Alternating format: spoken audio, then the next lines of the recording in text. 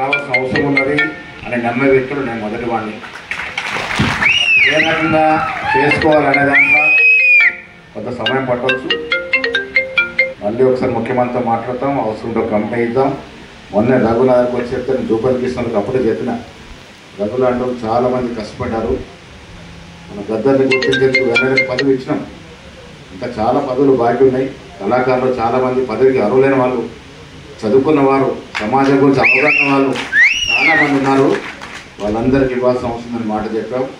నేను మంత్రి గారు అవసరం మీ అందరిని తీసుకో, పెద్దలు కొంతమంది తీసుకో, ముఖ్యమంత్రి కలుద్దాం.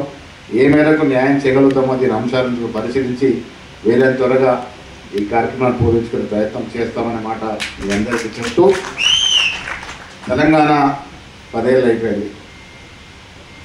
ఇప్పుడు అసలు కథ మొదలైంది. అప్పుడు తెలంగాణని మనం తీర్చిదిద్దుకోవాలి, జాగ్రత్తగా ముందుకు పోవాలి. కేసీఆర్ గారు భూములు అమ్మేసిండ్రు.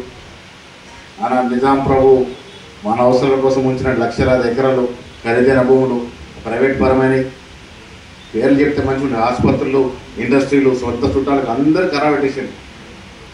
50 కోట్లకు 100 కోట్లకు ఉన్న ఎకరము 10 లక్షలకు 5 లక్షలకు అమ్మేశారు. మన సొమ్ము.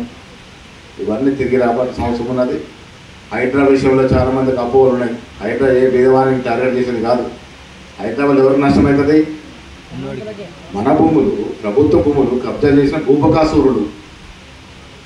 టీఆర్ఎస్ హయాంలో ఎమ్మెల్యేలండ, ఎమ్మెల్సీలండ, మంత్రులండతో చెరువులలో బిల్డింగ్ కట్టేసింది. ఇలా చెరువులకు పోవాల్సిన నీరు ఎట్టుపోతుంది? మన ఇళ్ళకి వస్తున్నది. చెరువు గర్భంలోకి పోవాలి, గర్భం పూర్తిగా పోయింది, ఎట్టుపోతుంది నీళ్ళు? మన ఇళ్ళకి వస్తున్నది. హైదరాబాద్ సురక్షితంగా ఉండాలంటే పూర్వవైపు రావాలి. హైదరాబాద్ గొప్ప చరిత్ర.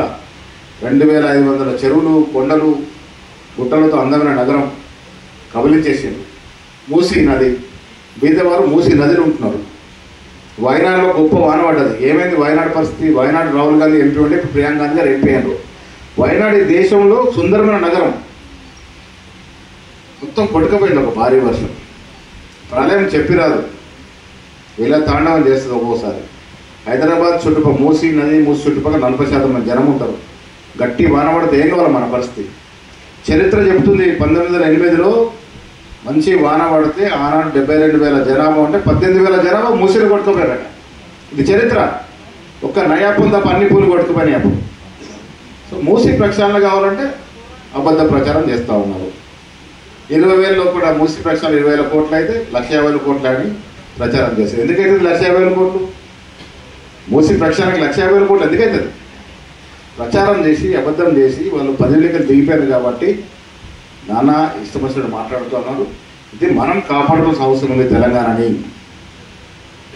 తెలంగాణ మన కోసం తెచ్చుకున్నాం. దీన్ని సురక్షితంగా ఉంచుకోవాల్సిన అవసరం ఉన్నది.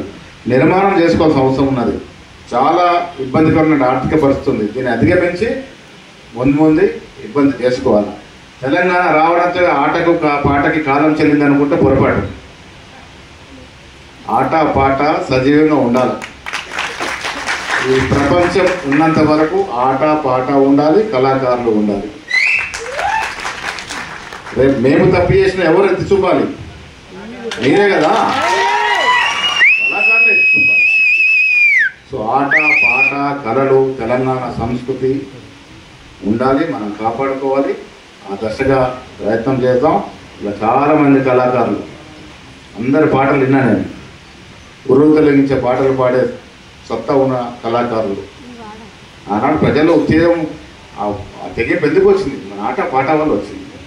సో ఆ దశగా ప్రయత్నం చేసుకున్నాం. ఒక PCC అధ్యక్షుడిగా, మీలో ఒకటిగా నా ప్రయత్నం ఎప్పుడు ఉంటుంది. ఇది సమయం పట్టవచ్చు, కానీ వీలైనంత వరకు నిజమైన కళాకారులు. ఆనాడు ఇష్టరాజ్యంగా నడిచింది. వ్యక్తులకు అందలం ఎక్కిస్తే వాళ్ళు ఇష్టరాజ్యంగా చేసుకున్నారు. కళ అంటే తెలియని వాళ్ళు, కళ స్పెల్లింగ్ రాని వాళ్ళు, ఒక్కరోజు స్టెప్ వేయడంలో, ఒక్కరోజు డప్పు కొట్టడంలో కూడా ఉద్యోగాలు వచ్చినాయి. ఇప్పుడు అది పీకే పరిస్థితి లేదు. మనం పీకితే మా పుట్ట కొడుతున్నారు అంటారు, అంతేనా? పీకే పరిస్థితి లేదు, తీసేసే పరిస్థితి లేదు. అదనంగా ఇచ్చుకోవాల్సిందే.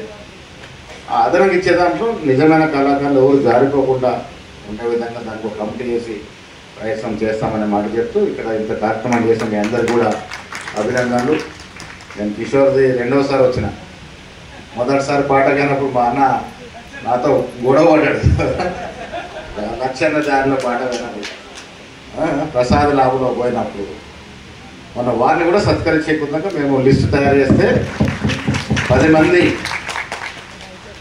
9 మంది పాత వాళ్ళు, అంటే తెలంగాణకు 69 నుంచి ఉపయోగించిన వాళ్ళు పాత తరం, ఇదేమో కొత్త తరం మనదంతా. పాత తరం వాళ్ళందరినీ సత్కరించిన పార్టీలకు అతీతంగా. వీళ్ళ కాంగ్రెస్ పార్టీ వ్యతిరేకించే వాళ్ళు ఉన్నారు దాంట్లో. టీఆర్ఎస్లో ఉన్నటువంటి గోరెట్ వెంకన్న పేరు ఉంది, ఒక స్థాయిలో జయరాజు తెలంగాణ కోసం తప్పించిండు. ఇంకా కొన్ని మిస్ అయ్యవచ్చు. అందరినీ గౌరవించుకునే విధంగా ముందుకు పోవాలి. తెలంగాణ అనేది ఎవరొక్కరు సొత్తు కాదు, ఏ ఒక్క పార్టీ సొత్తు కాదు. ఇది అందరి సొత్తు, మనందరి సొత్తు, మనందరికి వాటా ఉంది. మనందరం వాటాదారులు, మనందరం కలిసికట్టుగా కొత్త తెలంగాణ నిర్మాణం చేపట్టాలి. వీళ్ళందరూ భాగస్వామ్యం కావాలని కోరుతూ మీ అందరికీ మరొకసారి ధన్యవాదాలు తెలియజేస్తూ సెలవు తీసుకుంటున్నా. జై హింద్.